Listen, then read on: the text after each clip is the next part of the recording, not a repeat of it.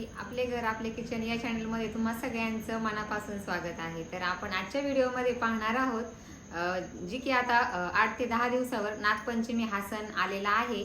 तर त्या सणाचं आपण महत्त्व पाहणार आहोत, तसंच पूजेचं साहित्य आणि पूजा विधी। तर हा व्हिडिओ नक्की शेवटपर्यंत पहा। तर सर्वात आधी आपण पाहूया नागपंचमी या सणासाठी आणि पूजेसाठी आपल्याला काय काय साहित्य लागतं। चला तर मग पाहूया। ते पाहूया मी या ताटामध्ये काय काय घेतलं आहे ते दाखवते।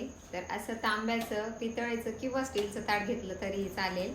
आणि या ताटामध्ये आपण घेणार आहोत अगरबत्ती, त्यानंतर आपण घेणार आहोत एक लोटी किंवा छोट्याशा भांड्यामध्ये दूध, आणि त्यानंतर आपण घेणार आहोत थोडीशी फुलं, पाहू शकता तुम्ही।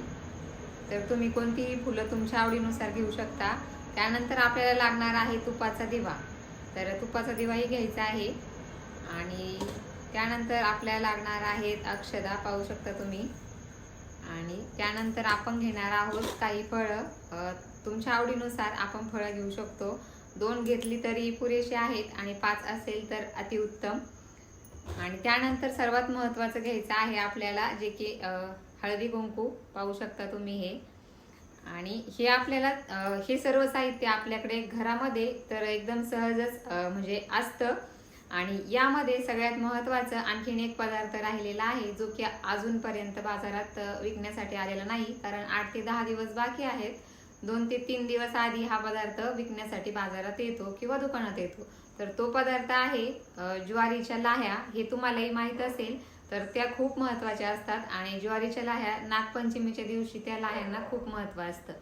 आणि त्यानंतर आणखीन एक राहिलेलं आहे, जे की आपण म्हणू शकतो नागदेवतेचं चित्र, तेही आपल्याला बाजारात मिळतं।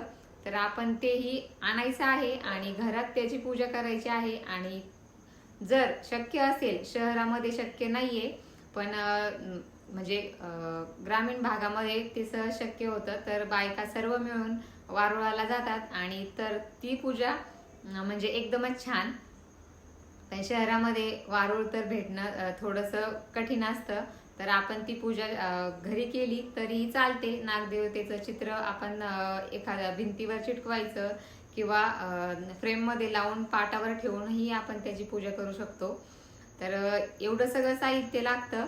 तर आता पाहूया आपण पूजा विधी कशी आहे ती। चला तर मग। आधी नागपंचमीच्या दिवशी आपल्याला सकाळी लवकर उठायचं आहे आणि आपलं घर अंगण स्वच्छ करायचं आहे।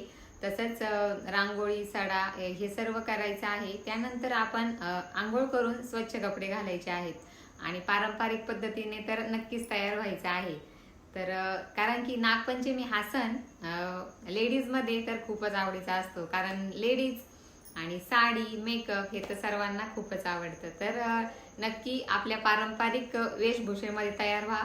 आणि त्यानंतर झाल्यानंतर स्वच्छ कपडे घातल्यानंतर पाटावर नागदेवतेचं चित्र भिंतीला चिटकवून घ्या किंवा फ्रेममध्ये चिटकवून घ्या।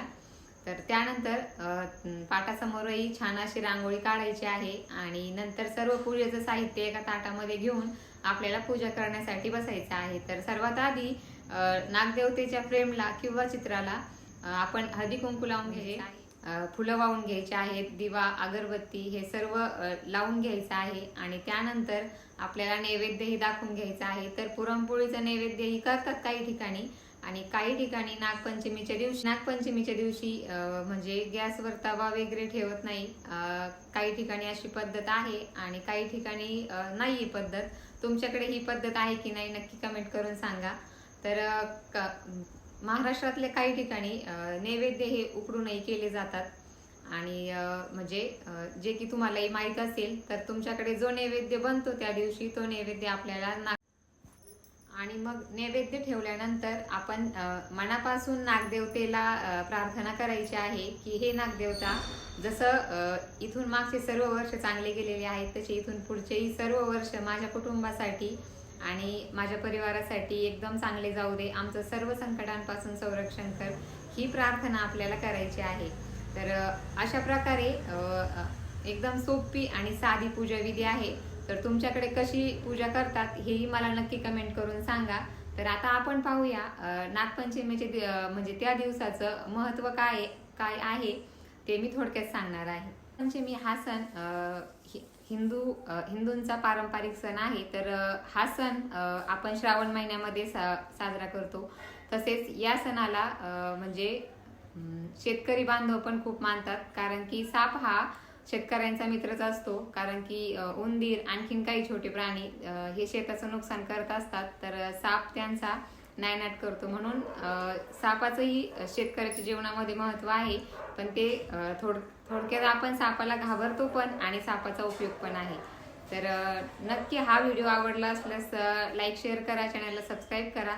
चला तर मग भेटूया पुढच्या व्हिडिओमध्ये. आत्तासाठी श्री स्वामी समर्थ.